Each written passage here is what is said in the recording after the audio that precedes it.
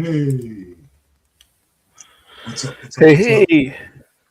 It's me, the one and only Dark Lord 100, aka Double KK Double, and I am here with the other man with the master plan, that is Dave Roomscrier, host of the night shift. How you doing, brother? I'm good. And hopefully Mr. LFW will pop in some point. We hope that he's doing okay during the snowpocalypse out on the East Coast. Yep. Part of the reason why I won't live on the East Coast. No offense to people that live on the East Coast. Love y'all. Hope y'all are safe. Yep. Anyway, not to say it don't get cold out here, but it don't go. No, it's not the same. Not the same at all. All right. So as always, we always start out with a couple of hot topics. But this week we only have one. Because if you haven't been living under a rock, there should only be one hot topic that's on your board, and that is Wonderman. As all 8 episodes have dropped on Disney Plus this week. It dropped on, when was it? About a week ago, right? Last Tuesday. So we are ready to enjoy what I believe will end up being one of the most underrated MCU additions out there, because they are constantly, they did not promote it nearly as much as they did other things. Nope. They deliver as far as content. Yes. Sure. And something interesting that I noticed is that in addition to the Marvel Studios intro bumper, they added another bumper called Marvel Spotlight. Okay. So I think that the company is going into a phase where they're going to be more experimental, and the straight up character-driven stories that aren't the typical bam, smack, pow superhero stuff, I think that's going to fit into the Spotlight brand for them. Not to say they're not going to be in the Marvel universe, cinematic universe, just that these are going to be more character-driven stories. And boy, lots of character driving in the first couple episodes that I saw. All right, hold on one second. I'd like to bring in Mr. LFW, the man with the master plan. He has joined us finally, and that is the same. What's up, bro? What's going on with you guys? How you doing? Yo. Not much. We're here talking a little bit about Le Wonderman. Yeah. At least the first 2 episodes or such. Yeah, well, I did watch the first 2, pretty decent. What I was gonna say is that I noticed, Dave, that you mentioned they had a Marvel they did the Marvel Spotlight. Right. Yeah, they actually did that with Werewolf by Night as well. Really? Okay. I did not remember that. Yeah. So, They okay. did that. They Still did that actively with- be a part of the MCU, but just a specific part of the MCU, a specific story told. Right. Werewolf by Night is an actual part of the canon MCU, is it not? Yeah. And Yes, it yeah, is. and so is Wonderman. So, Right. yeah. Even though I will say this, the look of the show definitely has more of a like 90s like show feel than even when they're in present day. Yeah. Like, it's really funny the aesthetic. I'm not necessarily talking about like the devices they use. They have cell phones, they have like all the modern day stuff, Right. present day. But it definitely has more of a 90s type feel to it as far as Yeah. the I think that's intentional because at the age we see Simon, and we realize that for Simon, Wonder Man was his Star Wars film. Okay. Formative film when he was a young kid. And so, given the age that Simon is, Wonder Man coming out in the 90s, yeah, that does tie in and make sense. But I love the fact that Simon's his own worst enemy here. Yeah. And I think that's going to be the recurring theme, especially given we don't know exactly what his powers are. Right. Okay. And I'm thinking that if you notice, whenever he gets emotionally distraught, that's when stuff starts vibrating and shit happens. Yeah. When the powers start to manifest. Right. And so I think that is what damage control is concerned about, is that they realize that his powers are linked to his emotion. And having a dude that can vibrate the area around him like that because he's stressed in one of the most stressful, demanding professions on the West Coast, living on a fault line, that is no bueno. Well, I agree. I agree with that. I agree with that 100%. I also look at it from this perspective as well. I think there's a lot more to the story about the stove blowing up. There's a lot more to that story that's not being revealed to even us. You know, and it was kind of shown through those conversations with Ben Kingsley and the conversations he had with his sister. Ben Kingsley eating up that scenery, chewing that scenery with both hands, man, spoon in each hand. I am loving it. I would say here's what's funny is that, and don't get me wrong, I'm not saying it's not. I'm saying like it's funny to me when people praise him, like in not you didn't do it, but I've seen it a lot recently. Yeah. When people praise him in a manner as if Ben Kingsley hasn't been like a Shakespeare theater level actor for like the past 3 decades. Like everything that he's been in, he's been good. And people are like, oh my God, Ben Kingsley can act. Yeah. That would be like saying, wow, Patrick Stewart, man, did you see the way he acted in Multiverse of Madness, man? I've never seen him act that good. The man's been a Shakespeare level actor for like decades now. John Gielgud used to have me whip his bare ass with my belt before the curtain rose every single night, and that was before we were friends. And then it got weird.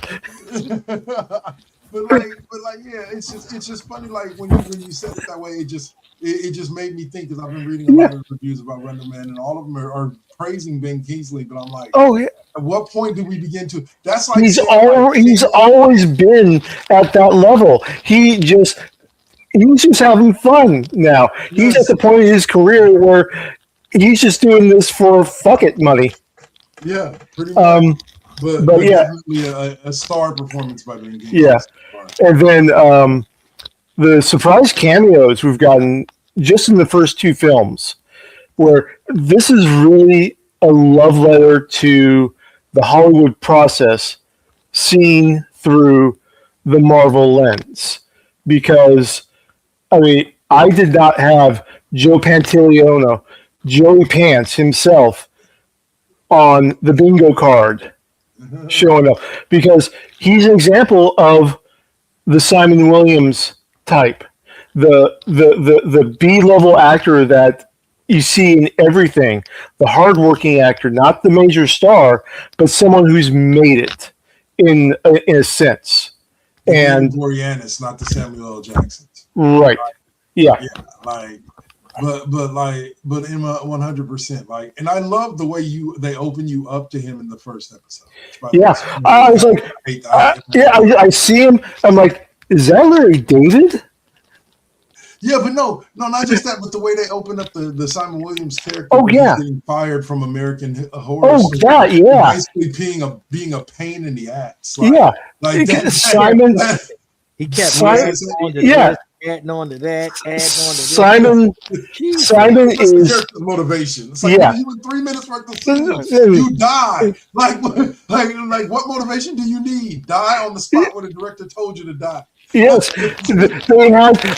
I really don't think that he let her get that close, and the moonlight. It should be a little bit further from the desk, don't you think? We can't move the moonlight. And the grip's like, yeah, we can move the moonlight. Oh, that grip! I know that grip got fired as soon as Simon left. That grip, you go too. And Simon's agent Janelle. Oh, I have not seen the actress ex Mayo in many things, but she is just winning me over with the absolute take no shit. Black woman. Yeah. She is that bitch. Do not mess with it. Jane Cargill would say. Yes. Your thoughts on Ben Kingsley and his role so far. Hey, listen. Since even Iron Man 3, okay, Travis Slattery is just he's nothing to sneeze at, man. Even with the 10 Rings movie, he's just he could pop into a scene. He could pop into a scene, and he kind of steals it. You know what I mean? Yeah, that's great actors like that do that. You want to know what's funny? Oh, go ahead. No. Yeah. No. I was just gonna say, hey. Here's the thing about it: is it reminds me of, and I know a lot of people didn't like this, but it reminds me of Mickey Rourke in Iron Man 2. Was it? And here's hold on. Here's why I say that. I know a lot of people didn't like that. I thought Mickey Rourke killed them. Like, I thought that he played the role well from the perspective of what he was supposed to be. And so I see, but I've always seen Mickey Rourke as somebody that's a good actor. And it's just like, and so it's just like Travis Slattery, same thing. Like, this guy's been good for years. Go up. I want my bird. Yeah. I want my bird. Yes. Bird. Yeah, but absolutely. Everyone is just turning in fantastic performances in there. And we still have only having seen 2 episodes, there's still a lot of mystery about what's going on in there. We can speculate about Simon's powers. We can speculate about what's actually happening. But I like that we're just getting intercuts of the overall story, but we're keeping the focus on Simon being an actor and trying to climb up that ladder. Someone who hasn't even answered for himself the "what are you chasing this for?" question that gets asked to him.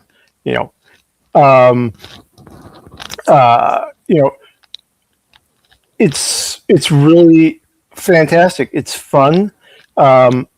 It's not your average Marvel fare, and I think that that's a good thing that they need, and especially that they're exploring different types of stories in this way. Right. The character-driven stories beyond what we already see in the MCU. It's more focused on the character than on the action. And I mean, I'm great. My only serious complaint is that going through the credits, we see the list of Wonderman created by blah blah blah, and then the special thanks. Okay, great. Okay, Steve Englehart. Yeah. Where the fuck was Peter David's name? The guy who wrote the 90s Wonderman series that this is taking inspiration from. The action comedy of Simon being trying to climb that Hollywood ladder and getting sidetracked by superheroes, sometimes even being set up by his own agent for fighting supervillains, low class supervillains, just to get public notoriety. Peter David was an amazing storyteller for both Marvel and DC. And the fact that his contribution to the Wonder Man mythos gets ignored when rightfully Ta-Nehisi Coates, Christopher Priest, Reggie Hudlin, they got thanks in the Black Panther movie because Wakanda would have been completely different without their input in there. You see what I'm saying? It's a collaborative effort. And the least that they could have done was put Peter David's name, especially considering that we lost him in 24. So that would have been fresh while they were making this series. I can agree with you there. Now, Saint, why don't you go ahead and close us out on top of the thing that RuneScribe just mentioned? What are your final thoughts on Wonder Man so far? I'll talk more about it in the comments. Well, as far as I'm concerned, the series seems to be grounded. A lot of people are kind of pissed off because it's so quote to be action oriented. You know what I mean? And it's like it's supposed to be.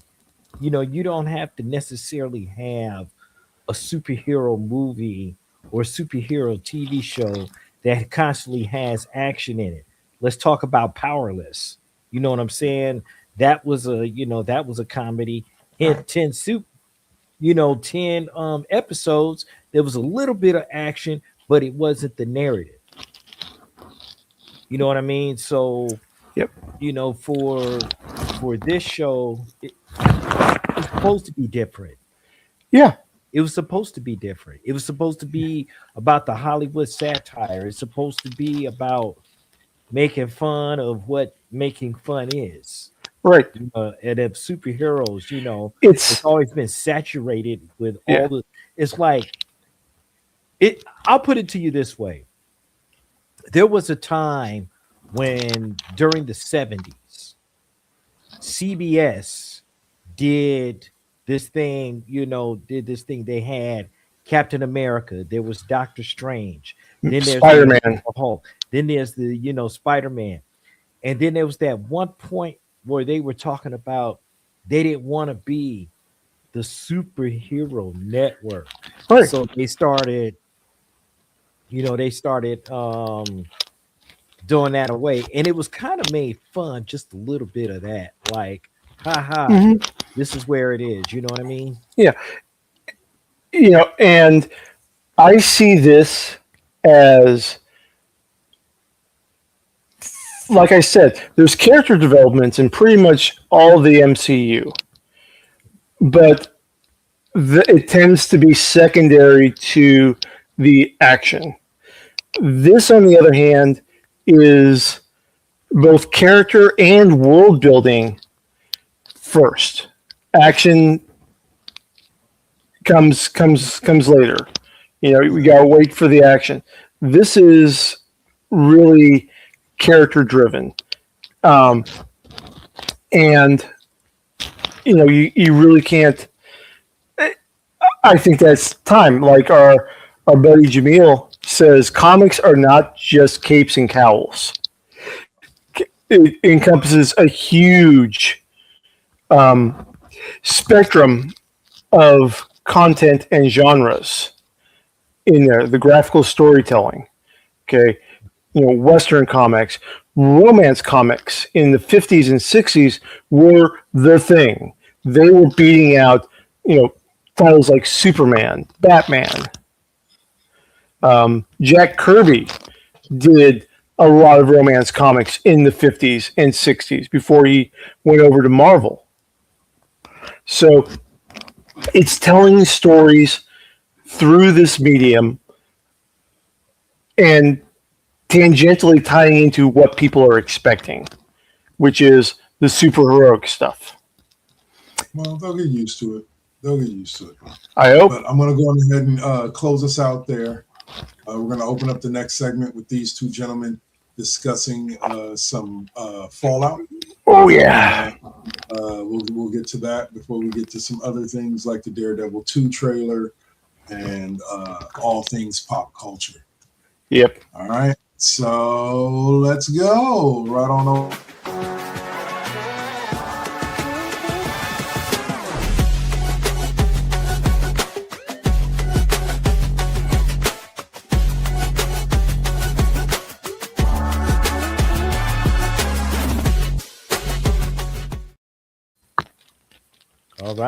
All right. So you are caught up as well as I am, sir? Absolutely. Lucy's having quite the day, isn't she? Yeah, definitely that. And let's just get to the bare bones about it, because we know this is getting ready to come to a serious close. Yeah. We're finding out that the Ghoul he's really pissed off. Like, oh yeah. Like there's like zero fucks is given. So no way possible. Yeah. So the previous episode, when the Ghoul hands Lucy over to her dad, Lucy power fists him through the window. He falls and he lands on a broken street pole. So he's laying there for most of the time and having to get his ass up, only to be rescued by a super mutant and had uranium stuffed into him to accelerate the healing factor. Right. So there's fan speculation that Cooper is going to turn into a glowing one. Yeah, I don't know. Yeah. I don't know. Yep. But Lucy just going. Yeah. I don't want to buy the farm on that. The only thing I don't either. The only thing I did get a I'm not going to even say get a kick out of was the fact that whole pole thing that he had to get himself off of, that had to be some of the most painful shit ever. Yep. Where you have a hole. Yep. And he's trying to resist going feral at the same time. And everyone's just walking by. Nobody's helping him pick up his meds that have scattered just out of reach. Even dog meat. I mean, come on. Dog meat does everything. But no, you can't say that, because listen, dog meat was actually the smartest one there. Yeah. Dog Meat did go get help. Yeah. He did go get help. He did his thing. Yeah. So we can't. Yep. We can't, because at the beginning, to me, I was like, man, like he left you, like, man, what the fuck is, like, what good are you? I knew that he was going to go get help, but yeah. So Lucy has it out with her father and takes him into custody. I'm sorry, but you know, I mean, she's a little. I'm surprised she hasn't bought the farm. You know what I mean? I am too. She has her luck maxed out. Yeah, her luck set. She has some of the most incredible, dumbest ass luck I've ever seen. Yep. In a series, like. Yep. But then, we find Hank's secret project with everyone making more of the little modules that get stuck in the back of the neck and working in perfect precision to, I think that was the Cuckoo Clock song. Dun, dun, dun, dun, dun, dun, dun, dun, dun, dun. So, yeah, it is absolute perfect precision like human robots. Right. And then we get two guys brought in, one from Caesar's Legion, one from the NCR. In fact, it was the old guy that helped Lucy out when Cooper rescued her from the Legion. And, Hank, he's handcuffed and he's not able to do anything. And Lucy wants to free them. And so once they're free, they, of course, start going after each other and start beating the crap out of each other.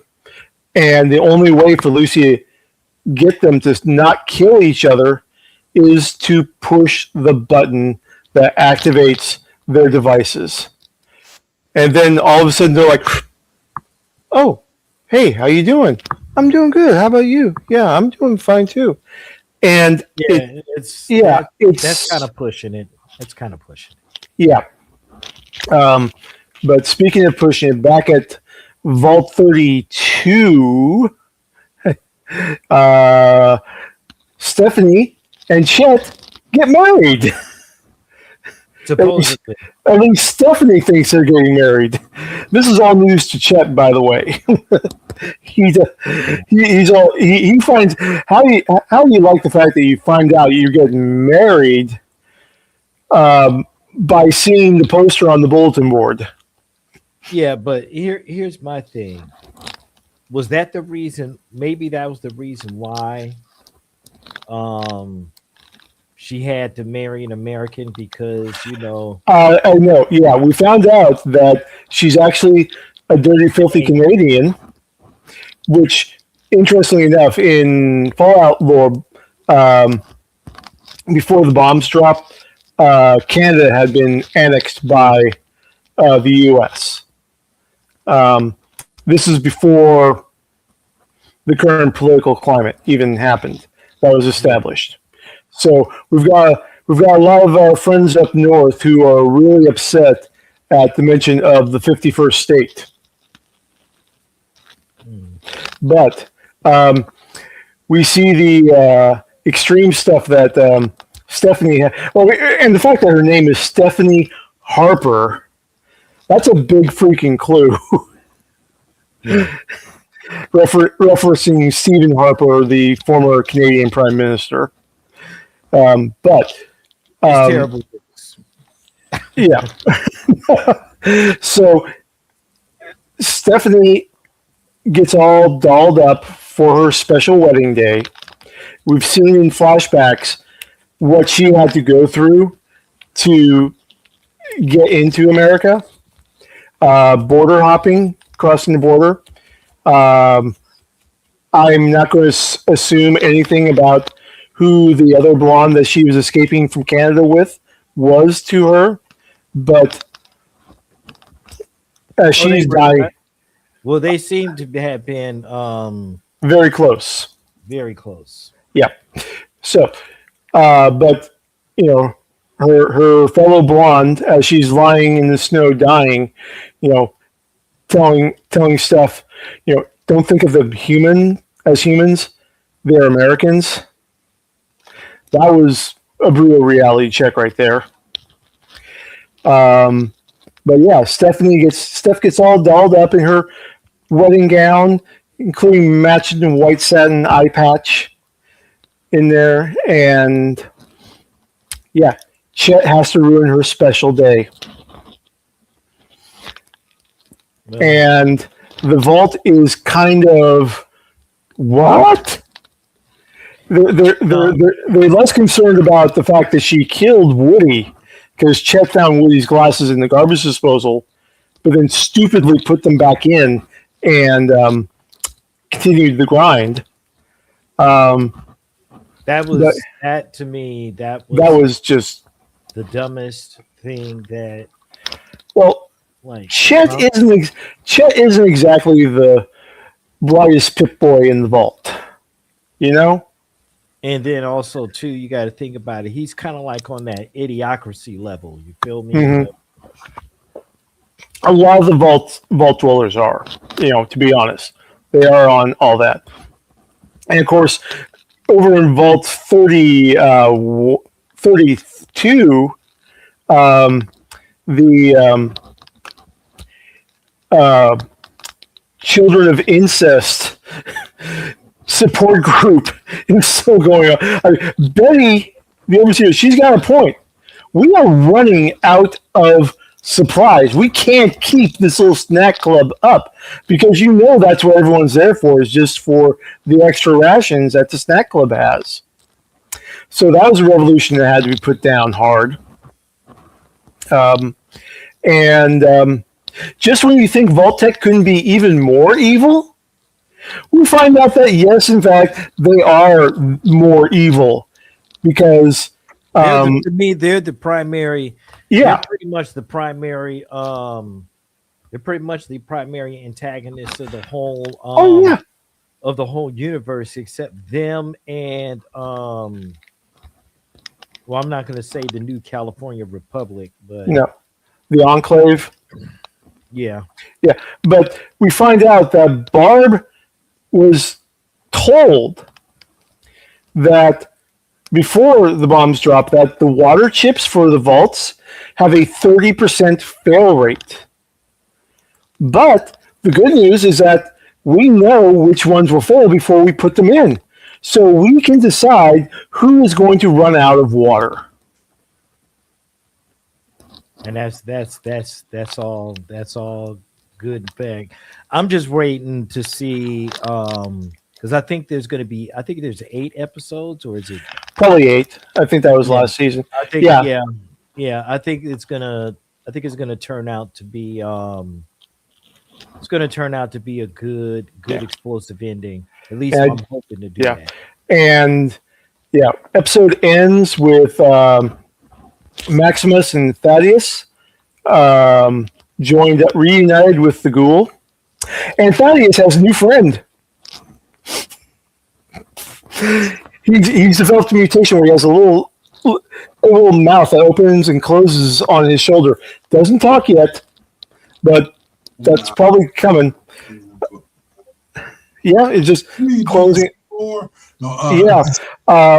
But Thaddeus has got the sweet New California Republic branded power armor now, and they needed the upgrade because they got to go through the strip, which is patrolled by Deathclaws, and so Max is just cruising on with his power armor, and then all the residents of New Vegas on Freeside, they're looking at him and they're like, ooh, wonder, amazement. And Maximus is kind of like, what's going on? And Cooper has the line of the episode, in my opinion: never underestimate the power of brand labeling or brand recognition. Because, the California Republic is back. I thought you were going to say never underestimate the power of stupid people in large groups. Well, that's shown up. Friends back in the day. So yeah, and we finally get to see my favorite gun in Fallout, the Gauss rifle, because Cooper picks him up a Gauss rifle when they're at the NCR armory, raiding it for weapons and stuff. And boy, that thing is taking chunks out of the death claws. It's not just them death claws are yeah, they are no joke. I died like 4 times last night facing off against a death claw that was guarding a location last night. And eventually I just said, okay, I obviously am underarmed and under armored to face this guy.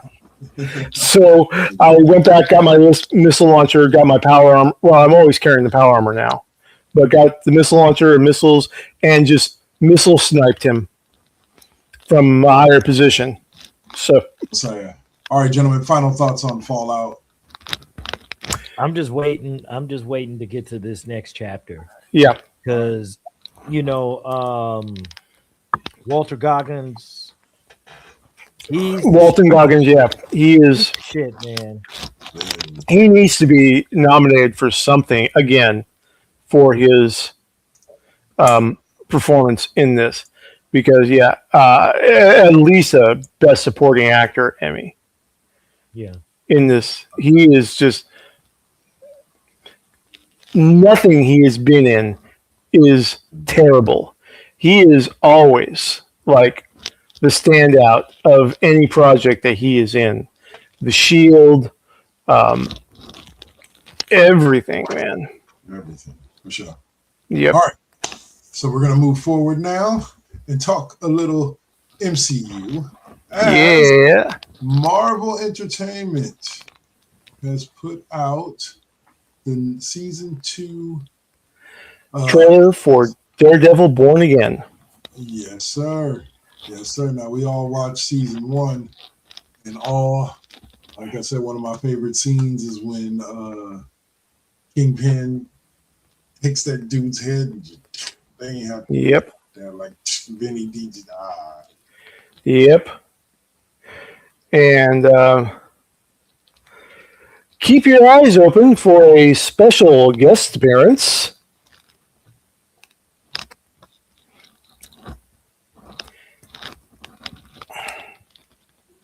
Kingpin.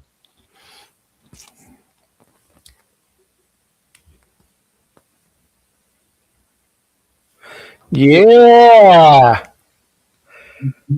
Defenders, assemble.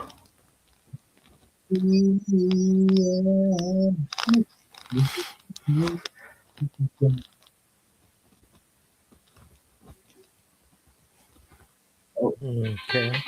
Yep. Now let's get a little Luke Cage going on in Daredevil now too. He's coming. From what I've heard, all of the Defenders will make an appearance, including the very unliked Iron Fist. Hopefully, I'm hoping that they go with the woman who technically was the Iron Fist at the end of the Netflix runs. Series. So they could bring her in as Iron Fist. Yeah, just completely avoid doing the guy again, doing the thing. Oh yeah. Colleen Wing as Iron Fist would be awesome. But we'll see. We don't know much more, but yeah, I'm, right. And that's March, I believe. Yeah, it is March. How you feeling, Saint? You juice for this? I'm definitely back with Kristen Ritter coming back as Jessica Jones. Then I'm definitely all for it. We'll just have to see where it's gonna go. Yep. All right. So next up, Dave, you have to tell us a little bit about this one. But the rights to Will Eisner's work are up for sale. What work would that be? Yes. So the legend that is Will Eisner, the rights to The Spirit and his magnum opus Covenant with God trilogy are being auctioned off to the highest bidder. So yeah, this is major in that this is we're talking about the guy who essentially created the modern comic book art formula, taking it from the newspaper comic strip feel into a different direction with the graphical layouts, with his use of the splash page where he has the the buildings that are lit up, spelling out the spirit in there. Just so iconic and so influential on everyone who came after him. I mean, there's a reason why the Comic Arts Hall of Fame is named the Eisner Awards. That's how important his level is to the comics medium. So those are going up for auction. I'm guessing that either Disney or Netflix or Amazon are going to end up with the rights because they've got the money for it. It all depends on how much they're going for. But yeah, this is huge news. Might end up being Elon Musk. No. Oh, do not joke that. Do not. I'm really hoping that Warner Brothers come and take a shot at it, because they've already had crossovers with Batman. So, but Warner Brothers is now owned by Netflix. Yeah. So maybe they'll take it. Yeah. So maybe Netflix will pop it in. They've never made a franchise that they don't want to acquire, nor Disney, nor Amazon. So I think that we're going to get a bidding war, especially for the Spirit, for those three. The Covenant with God trilogy, that is going to be lower key than the Spirit, but I think that that's still going to go very high, because it is a great example of graphic storytelling. So I think that that's going to go pretty well. It's not going to be as big as the Spirit is in terms of launching a new superhero show, because Covenant of God is just about the ordinary folks that live on this part of New York called Dropsy Street, and interacting with each other, struggling to get through the days. And it's like, why, God? Why are we suffering like this? When you claim to be merciful, and finding their answers. So that has its audience, but yeah, it has its audience. It's not going to be as big as the Spirit, but it's still going to. It's good prestige TV. Let's say that. Fair enough. All right. So we go from that happy note, as hopefully somebody will buy his rights and do it right, to a little bit of sad notes. No, hold on, that's the wrong one.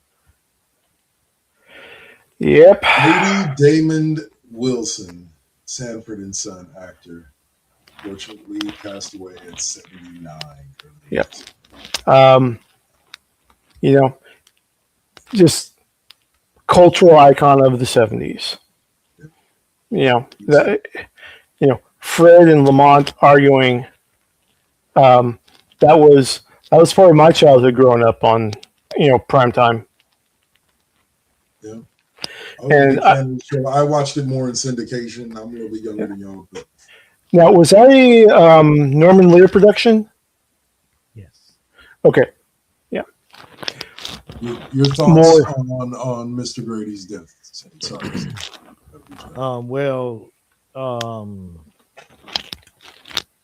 as far as I'm concerned, well, first of all, he is the very last. He was the last living actor um, of the of the series. Really? Beforehand, Lynn Hamilton, who played Donna, Fred's girlfriend, and she just passed last year. Hmm. So Sanford and Son is a very iconic television show, actually legendary. Um, I grew up literally because at least from 74 to 77 is what I remembered Yeah. in terms of those Yep. And episodes yeah. and the magic. And I mean, there was nothing really wrong with it, but it was like when they did the Sanford Arms and then they revived Sanford as without Demond Wilson, then it just it didn't work. It Yeah. really didn't work. No disrespect to the late great Red Fox, Yeah. but that particular TV show, It was built on the dynamic. it was definitely built on something very, very special. And I guarantee you, I can go back and laugh at some of those episodes, Hmm. you know, and doing some stuff and always talking about getting thrown off the pier in El Segundo or, Yeah. you know, Eh, I got my bowl of menudo, you know what I mean? So it's like, Yeah. yeah. yeah. And we all of us Gen Xers now have that harmonica theme playing through our heads. Do, do, do, do, do, do, do, do, do. Yeah. Which, by the way, is by the one and only Quincy Jones. Oh, I can believe it. fire. All right, so we'll go from there. Unfortunately, we'll get all the death out the way here. Yeah. We also lost another great actress. This time, the one and only Catherine O'Hare of Beetlejuice fame. Beetlejuice, SCTV, most recently Schitt's Creek, And Home Alone. and Home Alone. Most importantly, and Macaulay Culkin gave a beautiful tribute to her. Just saying goodbye, Mom. I'll miss you. Like they had a relationship that Yeah. bonded there, and it lasted over the years. Even though she left him not once but twice, left him behind. But yeah, Here's the thing I don't get is okay, and I'm gonna say this jokingly, but this is the one thing I've never understood about Home Alone in the Home Alone series. Like you said, they left him there not once but twice, potentially 3 times. At what point do you start doing roll calls in the car on the way to the airport? I know. Instead of waiting until you on the plane to all of a sudden realize, oh my God, we left him at home. Like, where's the roll call in the van? Kevin? Yeah. Kevin. Is Kevin back? Hey, y'all, we need to spin around, get off at the next exit. We need to spin around and go get Kevin. Like, but in general, I love the lady as an actress. She things that if you've never seen her performing on SCTV, do it. Just watch it because it's not just her; it's John Candy, Eugene Levy, Rick Moranis, Dave Thompson. So many. It's superior to the Saturday Night Live matchups of the era because that was basically they were going up against the second generation cast of SNL, and these guys just blew them all out of the water. Yeah. Even though the second gen turned out didn't the second gen turn out like Eddie Murphy is first gen? Like no, Eddie Murphy's like third. Is he really? Yeah. Eddie Murphy didn't come along till then. So who was second gen then? That's why we're saying. No, because I remember legitimately like who was second gen. Because I remember first gen. I remember Gilda Radner. So I had to have been alive and watching Saturday Night Live during the second gen. I just don't remember. Well, who was technically, if you think about it, there were as far as I was concerned, there were two generations of the first ready for primetime players, because you have to remember Chevy Chase only did one season, and then Bill Murray came in, Yeah, and then that was it after that. And then it was for another 4 years, and then when John Belushi and Dan Aykroyd left for Hollywood. Yeah, left for Hollywood at that point, then it was like that was almost like the end of an era. But in terms of Eddie Murphy, he came in like around maybe the third or fourth generation of and Joe Piscopo and so forth. Thanks for joining. Yeah, I think the only notorious season of SNL was the one with what you call it, Anthony Michael Hall and Robert Downey Jr. That's the season that we're talking about, the Lost generation. Because I'm like, because it did pick back up in the late '90s. Yeah. So again, like because 1980 we had Peter Aykroyd, Brian Doyle Murray, Bill Murray's brother, Gilbert Gottfried. Yeah. Wow, I forgot he was on SNL. Yvonne Hudson. Yeah, Eddie Murphy joined in 1980. So it was actually just before then. Okay. Or he was actually it's complex. Yeah, I was gonna say there's a lot of bleed over. A lot of mixtures of people going with people like that. Yeah.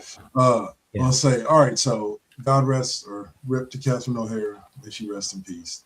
Last but not least, Netflix is acquiring Sydney Sweeney's live-action adaptation of a popular anime franchise. And what franchise is that, bro?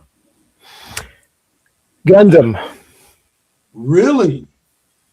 We're going to be getting a live-action Gundam to Netflix? I'm not here for that. With Sydney Sweeney. I can ignore certain things about it. Okay. Listen. One Piece is good so far. Yeah. In terms of Netflix, Gundam, you better listen. They better put in one hell of a budget. Yep. Because if Gundam isn't done right, I'm telling you, that's gonna be like one of your movie. That's gonna be like one of your movie reviews. Yep. You remember throwing the soda at the screen? I did not actually do it because the movie was actually halfway decent, despite what the looking back reviews say. That he's talking about my movie review for the original Star Wars Episode 1. And I told him before I walked into the theater that if this movie was bad, and they came with some bullshit, I was literally going to stand up, chuck my soda at the screen, and walk out. Luckily for Star Wars, it wasn't that bad. And it had its faults, but I would like to thank, Double K. I'd like to thank you, friend of the show, Jameel Hemphill, and others for forming that protective circle around me when Jar Jar Binks showed up, and I was suddenly aware. Wait a minute. What, Dave? What? Okay. Did you forget I was there? Oh yes, I'm sorry, and the Saint also. Thank you, sir. I'm sorry. Apologies. But yeah, when Jar Jar Binks started talking and shucking and jiving, I looked around and realized I was the only white person watching this film in downtown Oakland. Yeah. And we all sat in that one row, and I'm telling you, when Kevin sat up, he was like, telling him, waiting to chuck this, man, because we were sitting right in the middle of this motherfucker. Okay, and he had enough reach. He had enough reach, and I really thought he was going to do it. Hey, that Jar Jar had me pissed, man. Like that I had the sinking feeling when the Trade Federation showed up and started speaking English. I'm like, okay.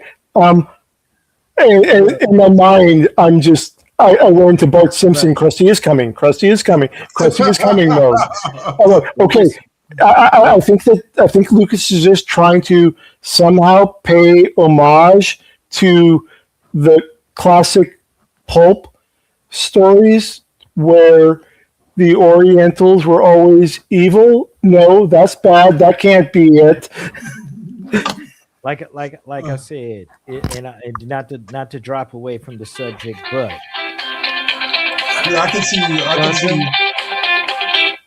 I'm telling you what is Officer Hopkins and Smitty? I don't know that. He said Officer Hopkins and Smitty are still alive. Oh, they were the two. Yeah, Hal Williams is still alive. Okay. In what? The other guy in Sanford and Son. Sanford and Son. Yeah. Okay. Yeah, Hal Williams. I think Hal Williams is still alive because he eventually came up on the show called 227. Yeah, but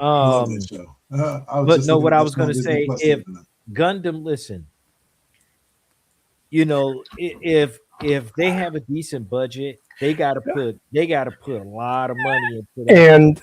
And it also, if you're gonna do live action mechs, you got to do it right. Yeah, and it also depends on what Gundam storyline they're doing. Okay. Yeah, that's because that's fair enough. I think it's going to be absolutely overwhelming if they do some of the later Gundam stuff where they get into the whole new type pilots with mixing mechs with psychic powers, and that's just going to be too confusing for me.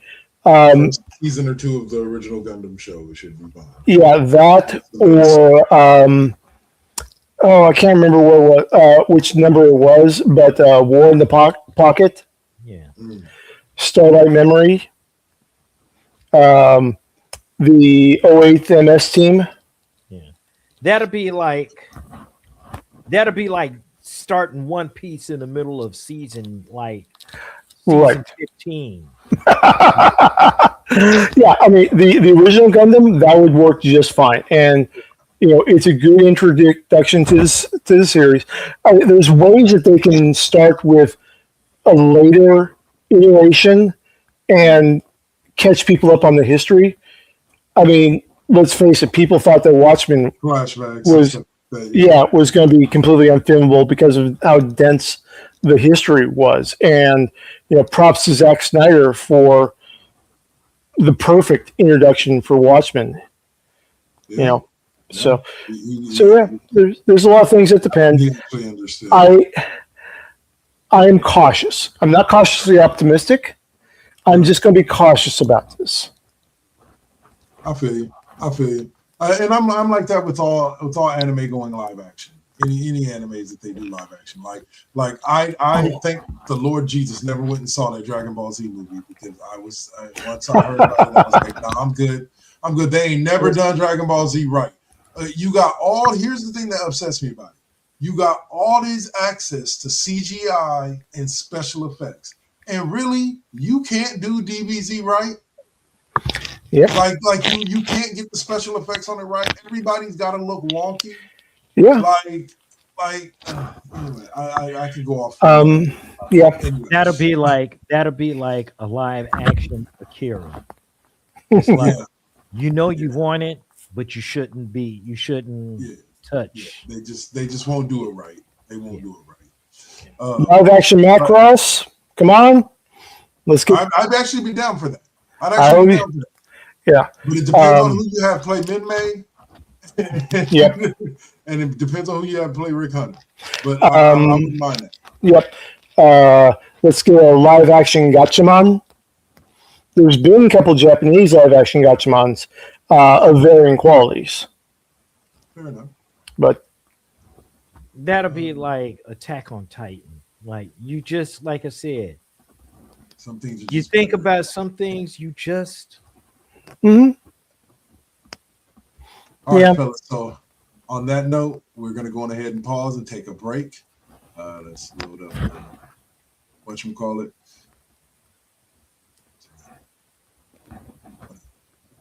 Nothing happened. Oh, there it is. Sometimes my computer decides, you know what? I don't like you today. You know what? I don't like you. Whether you want to or not, you're going to like me. So we're going to go ahead and take that break. We will be back with SmackDown Alley and video game talk. Tinker's favorite part of the show. But we got a lot to discuss. We're going to skip through Raw and SmackDown pretty quickly in about 2 minutes each. And then we're going to get straight to that Royal Rumble that happened yesterday. That was worth the watch as far as I was concerned. We need answers. We need answers. All right, this is the Cheap Pop Podcast right here on the First GenXers Broadcast Network on Twitch and the Double KK Double Network on YouTube. Thanks for joining us. We'll be right back. Peace.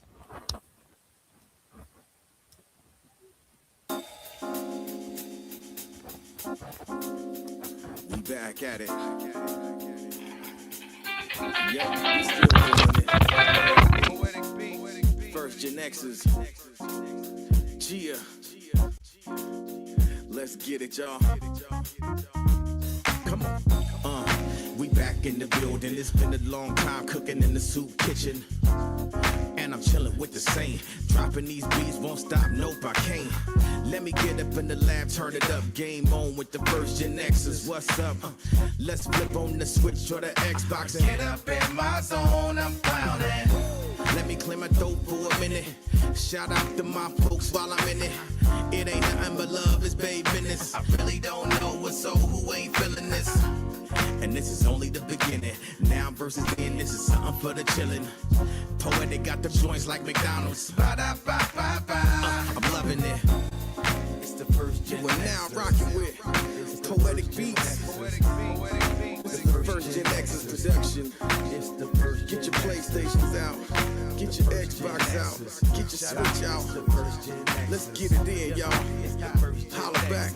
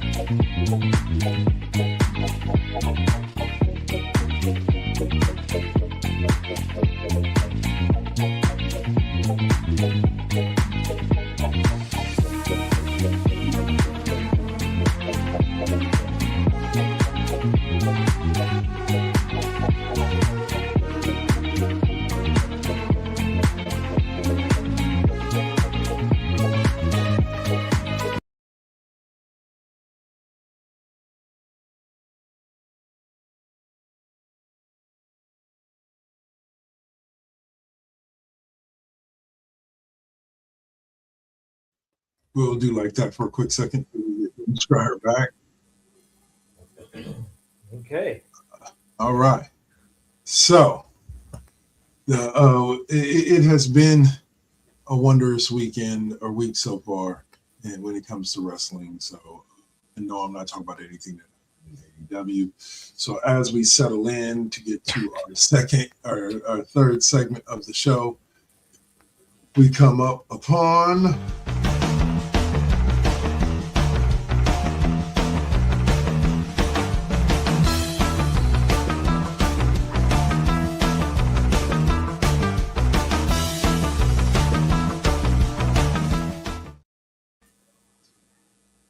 SmackDown Alley, where we talk about big sweaty men slapping their meat in the ring every single week. What? Big E said it, not me. Big E says it. What's up, Rich Scribe? Back. That just sounds. It sounds wrong. It's supposed to. It's supposed to. But anyway, so we had, like I said, we'll touch real quick on some of the major events from Monday Night Raw and SmackDown before we get to the Rumble itself. Okay. We had a surprise match that turned out to be a really good match on Raw this week. We'll just touch on this a little bit before we move on. Hang on. Be back in just a sec again. Okay. CM Punk and AJ Styles faced off for the World Heavyweight Championship. That was a night. That was a good match. That was a good match. I was really happy with that. Yeah. Like, I wasn't happy with the result, like a non-definitive winner. Yeah. But I liked it. Like, I liked it for sure. But like, if I'd have known AJ's contract was up at the end of February of 2026, then, which means, guys, he's still got a month left with WWE. But it could expire February 1st. Could expire today. Either way, we're going to be without AJ Styles in WWE anymore. But yeah, I can see you. We can see you, Brett. What's up, Wood? Yeah. You see that. But anyway, yeah. So we got CM Punk versus AJ Styles. We had a 6-man. Oh, sorry. You wanted to give your thoughts on CM Punk and AJ Styles. Go for it. No, I was just gonna say that, like I said, it was a well-grounded match until the fuckery shows up. until what was it? Finn Balor. Yeah. I think we are seeing an eventual Judgment Day split. You'll see what I'm talking about when we talk a little bit later about the Women's Royal Rumble as well. We had a fatal 4-way tag team match to decide who's going to face Jay and Jimmy for them tag team titles, and it turned out to be Alpha Academy, Otis and Tozawa. So we'll see that match down the road, probably at Elimination Chamber. I'm here for it. And then last but not least, we got Austin Theory versus Rey Mysterio. And he got a lot of assistance from the Vision, of course. Yeah, but I don't know. It's like, I like Austin Theory. I like him in this version of him. Yeah. The other version, nah. He was Such not cool. Bitch. He's such a bitch. All right, Rich guy, you're back. All right, so but yeah, so Braun Breaker returned from his suspension because of whoever was on the phone, which that's the big mystery now. Who's on the phone that's talking to Adam Pearce and convincing him to give the Vision whatever they want. Some think it's The Rock, some think it's Stephanie McMahon. There's a lot of potential things. Mm-hmm. Some even think it's Vince, but I don't know. No, they're not even going. They're not going to touch Vince anymore with, a 100-foot pole at this point. But all right, so let's see. So we had that there, and let's see. We go next to a Smack It Down, where we had some very interesting stuff, including a crowd in Riyadh that was just, the crowds at both there and the Royal Rumble were good. Were really good crowds. Loud, singing theme songs, fucking having fun, enjoying themselves. I'm here for it. Whenever I like live wrestling crowds, especially when I'm watching it. So but we saw who is it? United States champion Carmelo Hayes defending against Ray Phoenix. It was a hell of a match. You know anything about wrestling, it was match of the night material. Sorry. I'm a vampire. I'm gonna melt if the sun keeps shining on me. Well, I haven't seen sunshine in a little while.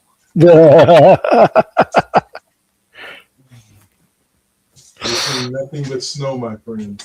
Nothing but snow. But that's all right, though. All right, so you had Carmelo Hayes, and what I believe Carmelo Hayes has been involved in what could be considered the match. Him and Ilya Dragunov was a good match. Him versus Ray Phoenix was good. Was a great match. Easily could be considered a match. Then I forget who he faced the week before that, but like his U.S. title matches on this open challenge were awesome. Awesome. Anyway, Dragunov actually defeated The Miz in a match on SmackDown to further their feud, which I think is going to end in a triple threat match between the Hayes, Miz, and Dragunov for the United States title. Axiom took down Johnny Gargano and finally got his mask back. Johnny Gargano tried to steal another mask from him. And then Johnny took the mask and then he put on his old mask and hit Johnny Gargano. I don't know if either one of you watched SmackDown. But he hit Johnny Gargano with what I'm going to call from now on an anime kick. Like Gargano turned around, and by the time Gargano turned around to move towards the kick, Axiom was already horizontal in the air with his leg cocked, and then he let the leg go through Johnny Gargano's head. And if it was an anime, Johnny Gargano's head would have exploded and blood would have went all over the crowd. But it was real life, so he just kind of fell down. But the timing, but not how it looked was so. but not the Kung Pao punching the cylinder out of the dude's chest. No. Wow, no more Johnny Gargano. Anyways, but yeah, so it made for a great. Y'all got issues. The main event saw a 4-on-4 match between 8-man tag match between Cody Rhodes, Randy Orton, Jey Uso, and Sami Zayn, taking on the Vision with Braun Breaker, not Grayson Waller, Braun Breaker, Austin Theory, and Bronson Reed, and Logan Paul. They put Grayson Waller on this review, and I'm like, Grayson Waller was not in that match. He's with the New Day right now. Get it right. Anyway, but yeah, so against the Vision, and it was a great match. It ended in disqualification. Mr. McIntyre got involved, but I thought it was an okay match. It wasn't like it was a great filler match right before a pay-per-view. You don't want to overwork your guys. So. But I will say this: the one thing I am loving, and this has happened almost the last 3 or 4 times that they've gone overseas over the past couple of years. The fact that the crowd finishes Cody's theme song, whether they cut the music early or not, I am loving that. Yep. And yeah. Oh, and then here was another moment that I loved on Saturday. Randy Orton coming down to the ring. You can tell that the people didn't know the lyrics that well, but they knew the hook. So you were there, I hear a voice, and the whole crowd be going in unison. And then it would get to the other part, and they'd be like singing along, and you could tell like half the crowd didn't know the lyrics. My favorite part of the crowd for Saturday was almost nonstop chanting "Thank you, Cena." Yeah. They give props. The man's impact will never be forgotten. You can always say. Braun Breaker was standing tall at the end of Friday night going in, which made us all think that he should be the favorite, which he should have been to win the Royal Rumble. But we'll talk about what happened to him in just a few minutes. All right, so now we came across the main event of the evening or the weekend, as it may be, and that is the 2026 Royal Rumble itself. We are going to open by talking about the finale, which was the men's match, and the one and only Roman Reigns marking his shot with the ones in the air going back to WrestleMania. Yeah, 42. I called that. Yeah, 42 as he chooses which champion he wants to go after. Yep. Yeah, I guarantee you. I called that one, and I guarantee you, if he goes all the way until with McIntyre, unless a possibility of elimination chamber, McIntyre's just gonna get folded up. He's gonna get bro. This is traditional Royal Rumble rules. He doesn't get his match till WrestleMania. No. I'm saying that what I'm saying is that if he goes all the way with McIntyre, he's gonna get folded up like a chair. Because Roman Reigns is gonna. We'll see, but I don't think it's the WWE Championship he's after. He owns the record for the longest reign. Yep. He doesn't need that title. I think it's going to be him and CM Punk at WrestleMania. You think so? I genuinely do. Yeah. I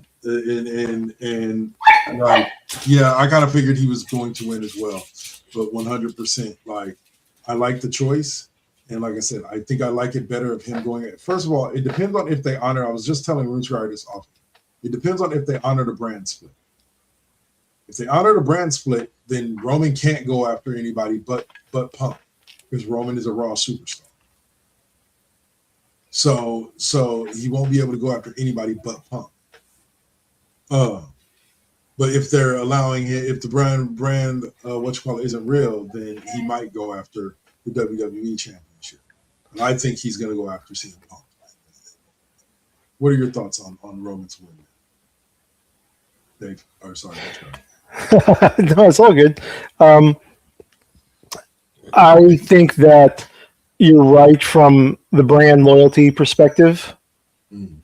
Of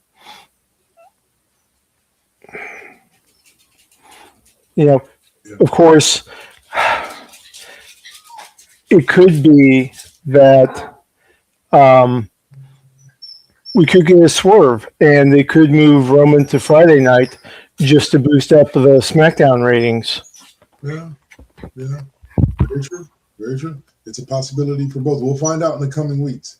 He's got to make. He basically here's the time frame that we're looking at. He's got to make his choice by elimination chamber, because the elimination chamber match will most likely be for the winner to face the other for the winner to face the other champion. Okay.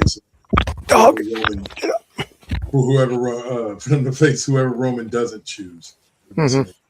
So he's got to make his decision in the coming weeks. But at this point, just for everybody to know, there has been no announced date for when Roman Reigns will be back. Right. Right now. All right. So let's talk about the Rumble itself, the men's Rumble itself, which saw an amazing performance by the ruler, Obafemi, and showing exactly how over he is with every crowd, because they knew his shit like clockwork out there when he came out at number one. And just a little notes from the pre-show. We had a little altercation between GM Adam Pearce and Mr. Paul Heyman. Because number 2 was Braun Breaker. Yes. And Heyman was really pissed about that, because he saw that as a disadvantage, especially with Obafemi being in the ring already at number 1. Yep. So, yeah. So, yeah. Ended up being a bad thing for a completely different reason. Yep. Because after Braun made his way down to the ring, he is attacked by a masked man who hits Seth's sidekick on him and then proceeds to hit the stomp before running off.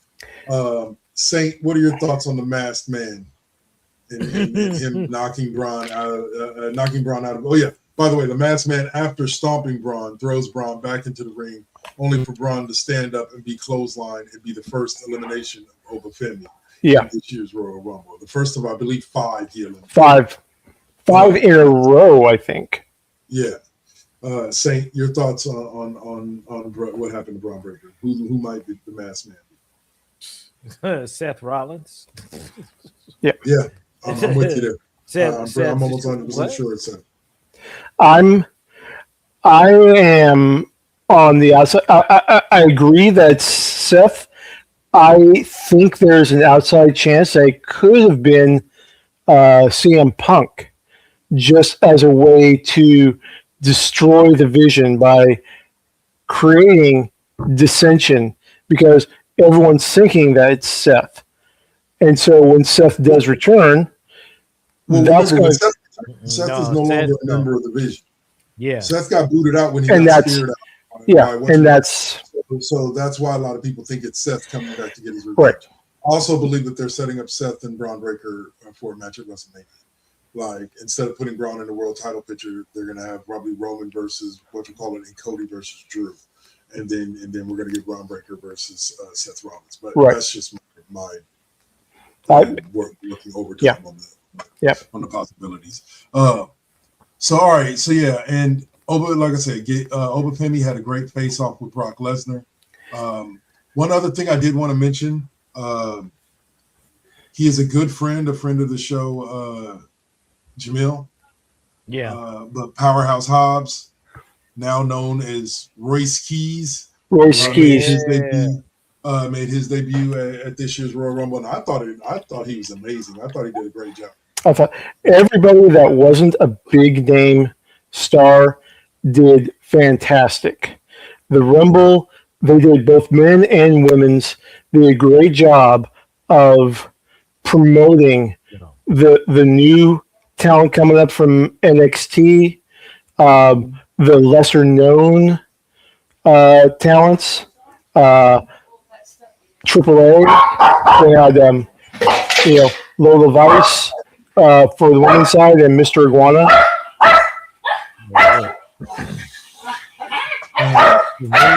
Dogs.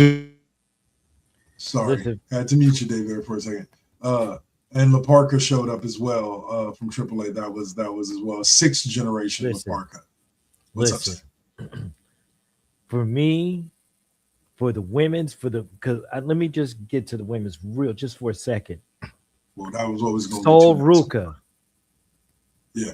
Sol Ruka. When she pulled, what was that called again? Soul Snatcher. The Soul Snatcher? Yeah. Shit. I was like, yeah. Yep. It's like that. Absolutely. Yeah. Fantastic stuff. I love the fact that you had El Grande Americano come in, and then the next one was original El Grande Americano. That was a great spot. Because by now, pretty much everybody knows that the original was Chad Gable, and the current is Ludwig Kaiser. Yeah. So they played that very well. And and they eliminated each other was great too. They eliminated each other while they were trying to take each other's mask off. Yes, that was just that was great. Poor Wade Barrett. He was just like you could hear the squirrels running around in his brain trying to make sense of it all in there. And of course, Cole going, that ankle lock looks really familiar. Oh yeah. Thank you. Yep. So, but lots of great stuff happened in the men's.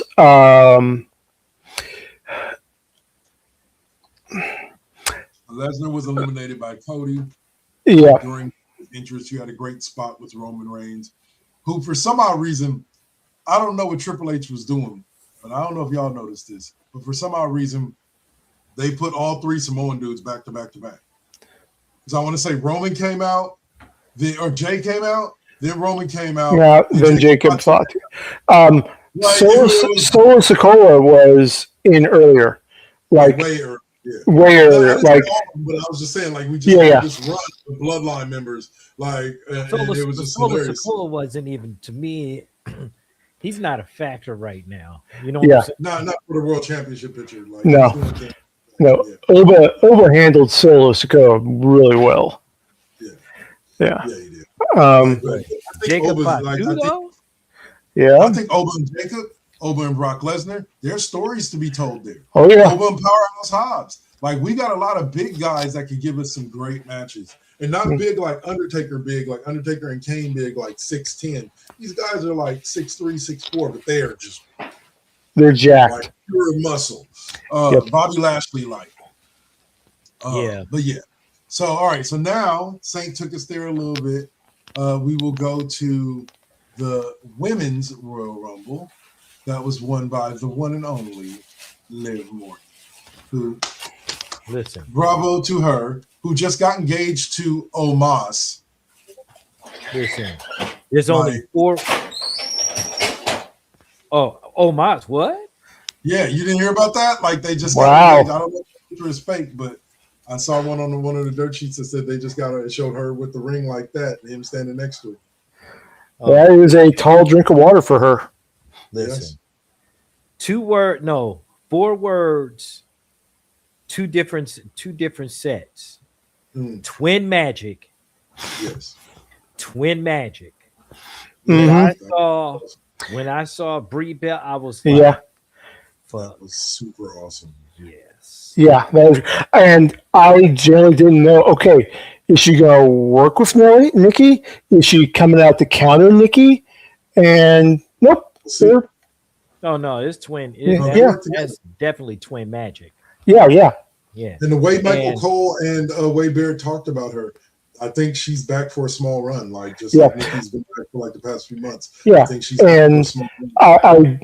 The crowd was really into Brie showing back up, and they were doing her husband's yes chant. Yes. It became hers after he left because she continued to use it like till she retired. So technically, it became hers. But I agree with you saying that. Yeah, it was nice seeing the crowd doing the yes chant again. Yeah, it was very nostalgic. But it was great seeing those two working side by side again. Second one saying, Lash Legend. Listen. She put up a hell of a show. Listen, but they were screaming overrated. Really? No. Yeah, didn't you hear the crowd on and I'm like, look, she was tossing motherfuckers out left and right. Whoop, whoop, whoop. I was like, yeah, I'm loving it. My favorite scene did involve her when they pretty much cleared all the smaller women to the side, and Lash Legend turns around. And I forget who she threw off. It was like Liv Morgan or somebody. And Rhea Ripley stands up, and they focus in on Lashley's face, and she goes, "Oh, you want some of this?" And they flash back to Rhea, and she goes, "Oh yeah, I want all of this." Right before those two in that ring, behemoths went head to head. It was just a great moment that could lead to like Wade Barrett said, like what you're seeing right now is very well a WrestleMania main event. Yeah, two women could make a very good WrestleMania. They could, That she is not like Lash Legend is not liked, and she is like no. I love her. She's got the power. She's also got the limb reach that others don't. The bougie badass. That's one of my favorite taglines. Like bougie bully, Oh, the bougie bully, yeah. That was fantastic. Like Saint said, Sol Ruka hanging in there with the mainliners, showing that she belongs in there. Turn of Saint's favorite women's wrestler, Miss Tiffany Stratton. 30 position. And lots of great storyline developments in there. because we had Charlotte accidentally eliminating Miss Bliss. We will not say the name so that Dark Lord doesn't have another computer malfunction. Never mind. But yeah, and then of course the moment of the match, Kyrie trying to take down Io and accidentally knocking Asuka off and taking her out. I was watching the replay at like 3 in the morning is when I started, and Asuka's shouted time and space. I could hear her yelling, "Kylie!" That was just. It was. And Liv deliberately knocking Roxanne Perez out. And Raquel Rodriguez. She eliminated both of them. She did. Okay. Yeah, the Judgment Day is about to be a wash. Yeah. I wouldn't say it's going to happen super quick, but yeah, we're looking. Yeah, seeds have been planted. Yeah, obvious seeds at this point. All right, so the match itself was won in an amazing fashion as Tiffany Stratton, Sol Ruka, and Liv Morgan are out on the apron. Sol Ruka unfortunately goes for a soul crusher. Yeah. Off the side of the ring and gets pushed down by Tiffany Stratton. Who then Liv Morgan oblivions her on the apron off. Yeah. Yeah, off the apron, and she's your winner, deservingly so. Liv Morgan is an amazing talent with an amazing personality. I love seeing her. I love seeing her do her thing. So seeing her win did not disappoint me. There are others that I would have liked to have won more. Right.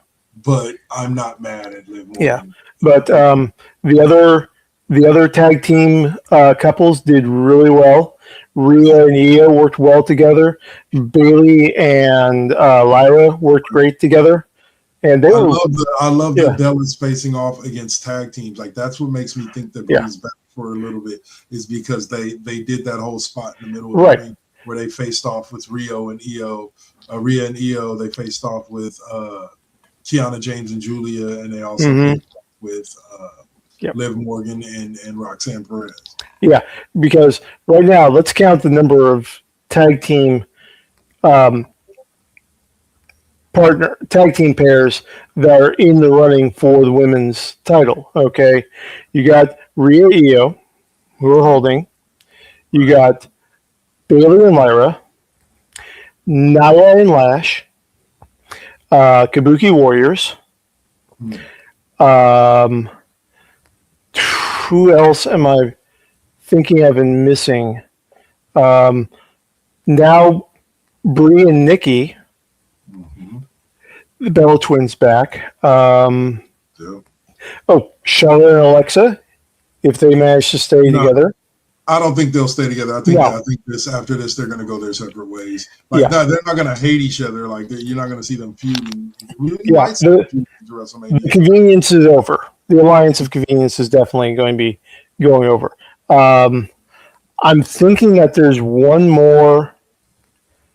Oh, and Liv and Roxanne. Yeah. That's seven or six teams, all of whom are in contention for the tag team. The men's are stacked too, but not quite as much as that. Yeah, and all of them were showcased in the Rumble. It was So definitely booked it real well with that. So progressive storytelling. Bravo on that. They mission accomplished with that. Yeah, and I think the women. I think the Bella Twins. I think they're going to go on a run. I can see it. One last run, yeah. Absolutely. All right, so there was more disappointment to this evening. Congratulations to Morgan. Like I said, she deserved it. As Gunther had a match with AJ Styles. I thought we had until the end of the year, like with Cena. But We only had till February. AJ's Yep. tired of choked out AJ too, which is career and killed another career this week. yeah, and that's my problem with having Gunther as the go-to career killer now. Okay, because we've got so many who are going to be retiring within the lifespan of Gunther's career. I mean, absolute legends. Are we going to have CM Punk tap out to Gunther? Rey Mysterio? What? If that's what Punk and Ray want. Yeah. Remember that match doesn't happen without AJ's sign off. So fair enough. If AJ was cool with it, then yeah, it's disappointing. But quickly, like I thought after we lost Cena in December, we had like another 6 months to a year of AJ.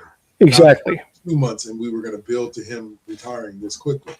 But I don't think we've seen the last. I don't think we've seen the last of AJ in the ring. I just don't think he's going to pop up over in AEW. I think he makes some appearances in TNA, NWA. He may even appear in New Japan. But I doubt he's going to wrestle in AEW because I think like you said he wants to train for WWE after he is retired. So I think in order to leave that door open, he'll probably leave AEW alone. Yeah, but we'll see. Absolutely. But the phenomenal one is no longer with us. The one thing I will point out and notice, and I said this to you earlier, Room Squires, he did not leave his gear in the ring as traditional wrestlers do. Like Cena did when he left his armbands and his wristbands and everything in the ring and his shoes. Yeah, his Converse, yeah. Yeah, AJ did not do that. And he went to go do it and the crowd booed it, and then he put his thing back on and he put the gloves back on and did his thing and had his last moment. But I don't know. I think we may see. We'll see what that portends. Right. We'll see what happens. Because your thoughts on Gunther? Well, not tapping out AJ because AJ just passed. We got the ending everybody wanted with Cena with AJ. Yeah, but AJ, like I can agree with you. AJ's not done. Yeah. He's not done by a long shot. Because by the not leaving the ring, not leaving the way traditionally wrestlers retire. So I'm looking at he's probably 9 times out of 10. If he's gonna do the retire match, I think it is gonna be in TNA because that's where he pretty much had his beginnings there. So I think he's gonna do another TNA run. I could see a swerve where AJ Styles gets put onto a Legends contract. So he's semi-retired. He comes back every so often in WWE. He's not a full-time wrestler for WWE anymore. Right. It's a possibility for sure. Yeah. All right. So, in the last match of the night that we will speak on before we move on to video games is Drew McIntyre in a very gruesome fashion. Yeah. Retained his. Oh my goodness, that's what it became. Retained his WWE Championship against Sami Zayn. Yep. So, I don't know how I feel about this one. Like I liked it. Like, don't get me wrong. As far as this actual wrestling in the ring, I loved it. Like it was an amazing match. But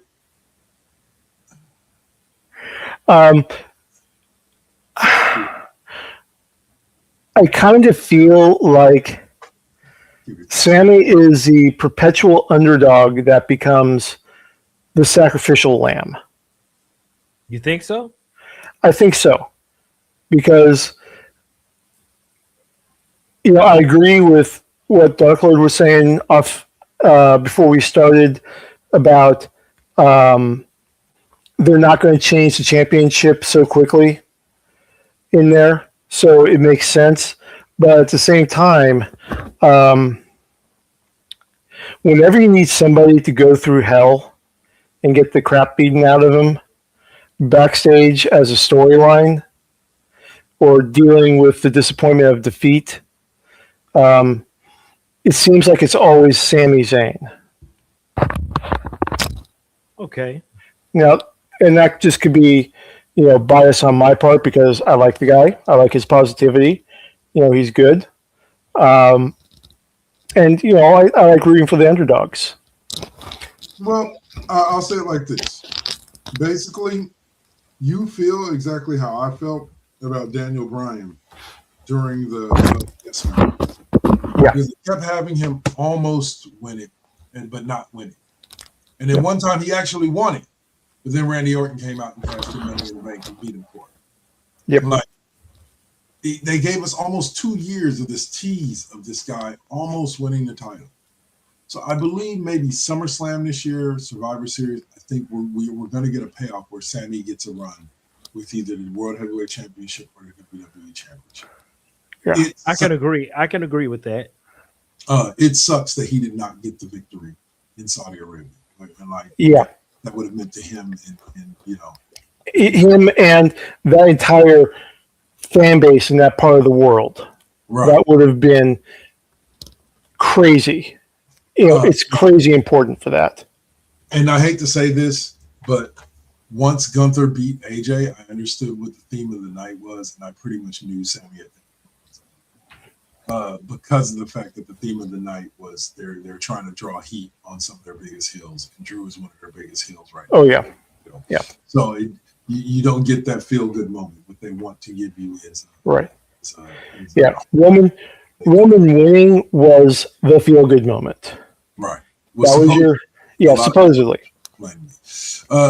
Complaining about it. But I personally enjoyed it. But so that's it for wrestling. Yeah. Dave is going to walk us through the amazing world of video games and some of the top stories there. And we will do that right after we watch one more little intro with Saint's favorite music. No, with Tech Tinker's favorite music, and that is...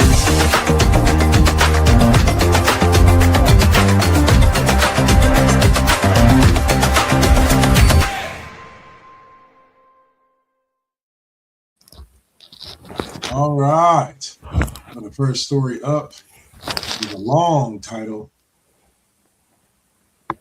Final count for Stop Killing Games petition verifies 1.3 million of its 1.4 million signatures, well above the minimum to be formally considered by EU politicians. What's going on over there, Dave? All right. So, the European Union does not have the same tolerance for the shenanigans of AAA developers that we in America do. Okay. They are not full on it, but at least one member nation, Belgium, has outright banned loot boxes in video games sold in Belgium. And the EU Parliament is edging towards that. Stop Killing Games is a movement in Europe where the point is that a game is forcing online play. Right. And then at a certain point, the game still functions properly on the console, but it can't connect up because the servers have been shut down. So it effectively kills the game. So Stop Killing Games is a gamer movement within the EU to outlaw that practice, or basically modify it so that persistently online games, before they shut down the servers, they have to have an update that takes the game offline so it can still be played. I understand. Okay. I understand this frustration. Me and Right. Swab have that with the NBA 2K servers. After a while, the older games, become unplayable, and they don't allow you to download the save file from the server to your hard drive and continue to play it offline and continue to build your character. Right. So they just give you experience points. Or the online connection is for digital rights management, and with the server shut down, your game can't connect to verify, so you can't play it anymore. Right. So the petition needed 1 million signatures in order to be advanced up to be taken up by consideration by the EU Parliament. And they turned in 1.4 million signatures, and 1.3 of them have been verified as authentic. So more than enough. Okay. They have more than enough. So this is a developing situation that's going to affect the game industry for the better, in my opinion. You think? Yeah. Because we're talking about having an online game like literally any online game continuing on past the life that is financially viable according to the manufacturer. All the manufacturers have to do is just patch in a offline mode into the game. That's easy peasy. Something that allows people to download their save file from the server to their hard drive. Mm-hmm. Just play it from their hard drive. Yep. 100%. Like I'm here for it. Yeah. I hope it changes, because like I said, then I don't have to buy. I can wait 5-6 years to buy another copy of NBA 2K. Right. Whatever it is. because we're talking about the number 3 market for video games in the world globally. Okay. So it's going to make changes if it passes in the EU. Okay. For sure, it's going to basically change the game for a lot of people above them and below them. Yep. Saint, any last thoughts on this particular subject before we move on? No, we're good here. We're good here. So the second story we have up here, Mr. Runescrier says that Fable's reboot doesn't have a morality-based character morphing. Fans are divided. Yes. So apart from other if you remember the original Fable game on Xbox, where every choice has a consequence, one of the things is as you slip down the blue side of morality, your character becomes more beautiful, sparkly, angelic, where if you slip towards the red side of the morality, you start looking rougher and eventually become demonic looking, scaring people that are just normal citizens that are walking around. So that's not the case with the next iteration for Fables. Is that they'll still have the morality scale, but your character's appearance will not change. Okay, so your character will be your character regardless of which moral right. Yes, regardless of your moral. So you don't have the Sith corruption going on.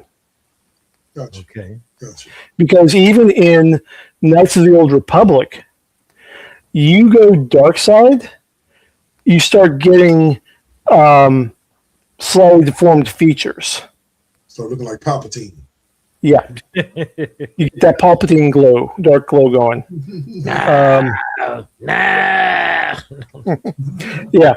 So no, it doesn't. So with New Fable, doesn't matter how many crunchy chicks you pop in your mouth, you ain't gonna get to demon mode. Wow.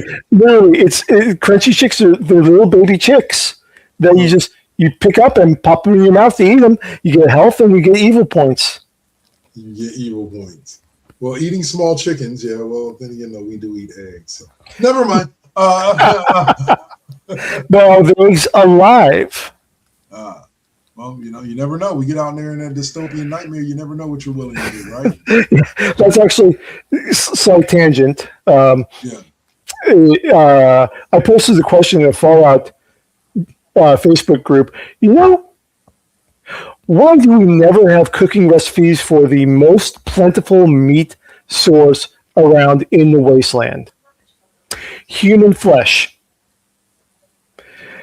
We're eating all this mutated flesh. We're eating cats, dogs, squirrels, rabbits, foxes, but there's no recipe for long pig. He said long pig. Two-legged pig. Two-legged. Yeah. No, and you're killing all these fresh meat sources left and right. You're just getting them down. Why are you letting it go to waste? I'm saying, this is the wasteland. I'm not hungry anymore. You don't want to be like Channing Tatum, and this is the end. Anyway. All right. So next up is information that Mr. Dave and several of my other friends are going to find quite exciting. That Starfield 2 could be real after all. Yeah. What is the evidence of this, sir? Okay, so I've been seeing this for a couple of months on Starfield pages, but it finally got reported by a gaming magazine. I don't know which one. Kev, which Darkwood, which gaming magazine was it? Hold on, let me find it. Insider Gaming website. Right.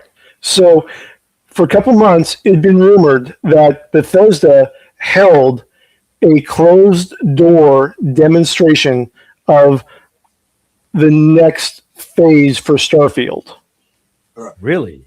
Yes, including everyone having NDAs. They could say that they went and they saw this, but they can't give out any details. So I've been seeing this for a couple months. This is the first semi-legitimate internet source that has reported it that I've seen. So, of course, we didn't get anything out of Xbox Development Day. Boo. All that we know is that the next DLC for Starfield is going to be called Terran Armada. Mm-hmm. And most likely is going to eliminate the loading screen issues.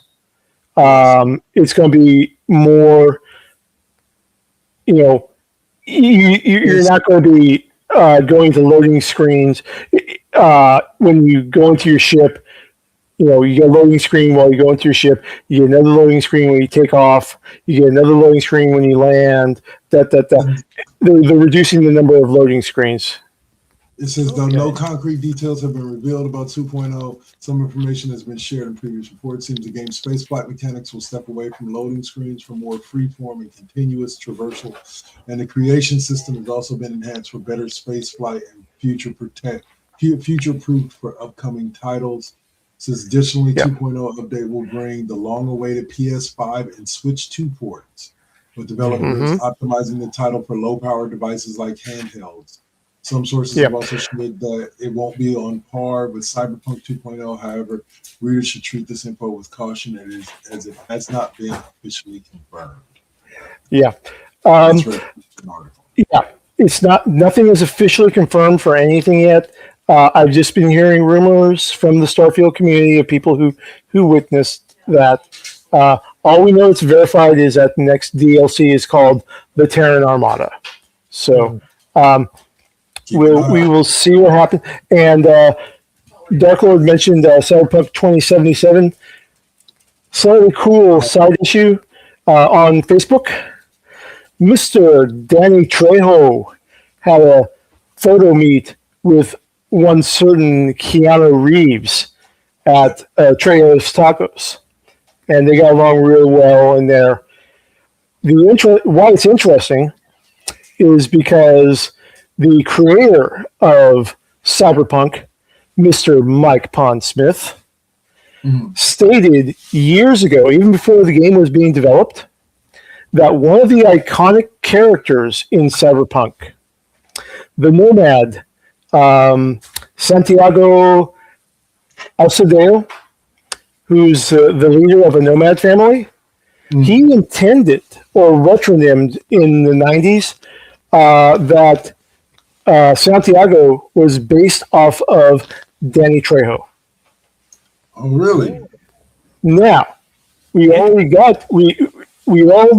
that Keanu Reeves played Johnny Silverhand, the iconic character, in Cyberpunk 2077, and that the overall storyline deals with the iconic characters of Cyberpunk 2020 in the 2077s. Johnny with his quest to save his girlfriend, Alt, and the raid on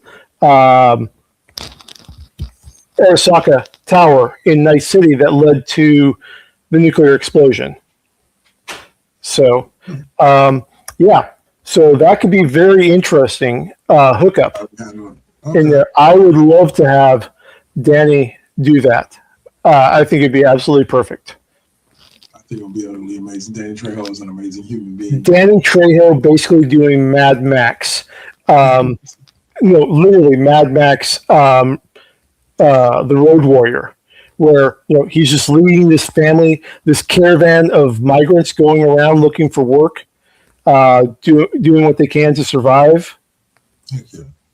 I'd watch that all day. Yeah, all right. I would play that all day too. Yeah. Yep. We'll move on to the next subject here as we get to the title reads absolutely disgusting. Ubisoft's new offer has triggered a strong reaction from unions. Tell us about it. Okay, let me pull the phone back up. Hold on. Okay. Oh, hell. There we go. I'll start you off with it. It seems like Ubisoft is trying to do some more layoffs. Yep, but that's this right. time, instead of just outright laying people off and firing them, they are attempting to have people voluntarily lay themselves off. Right. I think basically, not to get political or anything, but how our ICE or immigration things email people to self-deport. Yep. At the beginning of all of this stuff. Ubisoft is basically sending 200 of their employees from their Paris office emails basically stating that they would like them to resign and voluntarily lay themselves off. Yeah. Yeah. Now, and that's 200 out of 1,100. Right. So they're laying off 20% of the Paris office. Now, and the absolutely disgusting part comes from the workers' union that represents Ubisoft in France. And they are calling for a general strike from February 10th to the 12th. And general strikes in Europe ain't no joke. Okay, that's how you can go into a McDonald's in Denmark, order a Big Mac that's at the approximately the same price as what you pay for in America, yet dude behind the counter is getting paid about $25 an hour plus benefits. Wow. That's how powerful unions are in Europe. Because when McDonald's was expanding out there, you had the Danish unions for not just for restaurant workers, but beef production, dairy farmers, produce farmers, even printing companies threatened a general strike. McDonald's would not have been able to print wrappers and containers in Denmark for the cheap cost. So, yeah. So they ran the numbers and, okay, we'll sell for, 20% less profit rather than making zero profit. Okay. But, the new plan that Ubisoft revealed hasn't been helping them. Shares of Ubisoft crashed by 34%. Wow. After their news about Assassin's Creed and their embracing of AI. But we also have an insight into how Ubisoft is going to progress in the future, where they're sort of splitting it off into 5 separate, not separate, but 5 linked studios, each with its own focus. So, like, I think Ubisoft One is going to be focused primarily on Assassin's Creed and other FPS, et cetera, et cetera. I can't remember because I think I posted this to our chat last week, but we just didn't have time to get into it. Okay. So they're dividing up, Ubisoft Paris, Ubisoft Montreal, They're dividing up into 5 spheres of responsibility for what they're producing, rather than just transmitting the franchises in between all of them. Okay. Mm-hmm. It sounds like a plan that's going to hurt a lot of people, but Yeah. it's a business. You got to expect the business to be a business. All right. So the next story up is about Nintendo responding to some Switch game censorship that left Dispatch's nudity permanently covered with black boxes, with an inability to toggle off the feature that would allow you to get rid of the black boxes. And evidently, this has upset some people. Yes. Because we all know that no video game is complete without the occasional nip slip. So, oh man, for that moment in Dispatch, the female in question, her boob just happens to pop out of her cocktail dress, and there's a black square over the nipple. Whereas before, this only happened on the Switch port. Now, to developer Ad Hoc's favor, they have a adult filter that can be switched on or off in there. Right. Nintendo just put it permanently on. You cannot decide to turn it on or off. It's permanently on for the Switch version of the game. So, what we have now is a bunch of fans demanding accountability for this outrage. And Nintendo and Ad Hoc kind of pointing the finger at each other, where Ad Hoc saying this was all Nintendo to fit in with their, we don't have a problem with it. Nintendo, however, is saying that we follow the guidelines set by the ESRB for content. We do not allow content above a certain rating on our consoles, but we leave it up to the developers to decide how that content level is reached.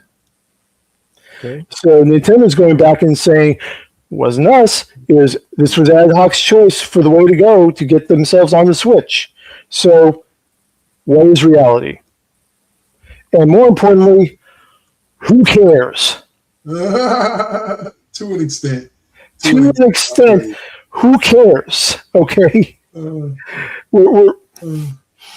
This is more from the crowd that was all got out of joint over Aloy, close-ups of Aloy in Horizon Zero Dawn, having a little bit of peach fuzz on her cheeks. Because it confused their brains. It's like, is this a guy? Is this a girl? I've never seen a girl up close. Do they really have facial hair like that? Oh my goodness. Yes. So, all right. Once again, yeah. Once again, this is why we can't have nice things. Yeah. Yep. Squeaky wheels getting the grease on this, of course. All right. So, last subject of the day: Paradox opening profit dropped by 162% year on year as it writes down Vampire the Masquerade Bloodlines 2. Yep. They're saying it missed its commercial expectations. Yes. Talk to us a little bit about this thing. So Paradox and their parent company have been having a rough couple of years. Their parent company is Embracer Group, known for having the rights to the Tolkien estate, or the rights to further movies, not the full Tolkien estate, but certain materials in there. I think that they also have the rights to the Robert E. Howard Library, the guy who created Conan the Barbarian, Cull, Solomon Kane, and all sorts of other really fun early pulp fantasy stuff. But Embracers has sort of spread itself way too thin, and the failures are collectively lining up for them. Rings of Power on Amazon turned out to be an absolute dud. Okay. Middle Earth, The Hunt for Golem, I think it was. Just Golem. Mm-hmm. The game where you're playing as Golem in between The Hobbit and the opening of Fellowship of the Ring. That bombed. They have a lot of serious bombs on their hands, mostly in the video game, in the big name franchises. But also, they paid, I believe that they paid a lot of money to get the World of Darkness license, Vampire the Masquerade, and all those. And not just the TTRPG, but the computer game have fallen flat. So they're taking a lot of losses that are self-inflicted.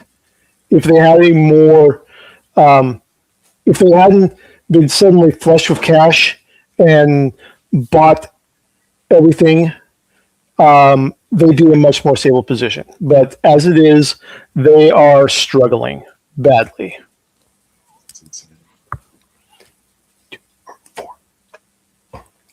4 o'clock. And it pay past 4. Yeah. Oh, yeah. We started a little bit late, but we're wrapping it up. Yeah. So wife is wanting to know. My wife is bugging me. Where is the money? Why aren't you getting the money? Have you gotten the money yet? Etc. Simpsons reference, love. All right. So I'm just here for the comments.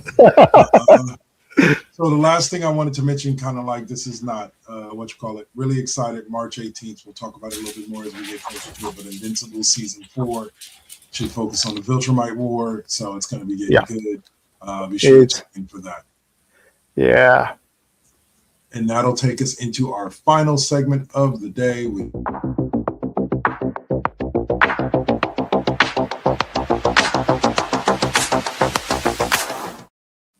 Where can we find you next? Saint, you haven't said much in the past half hour or so let's go on ahead and get you up first.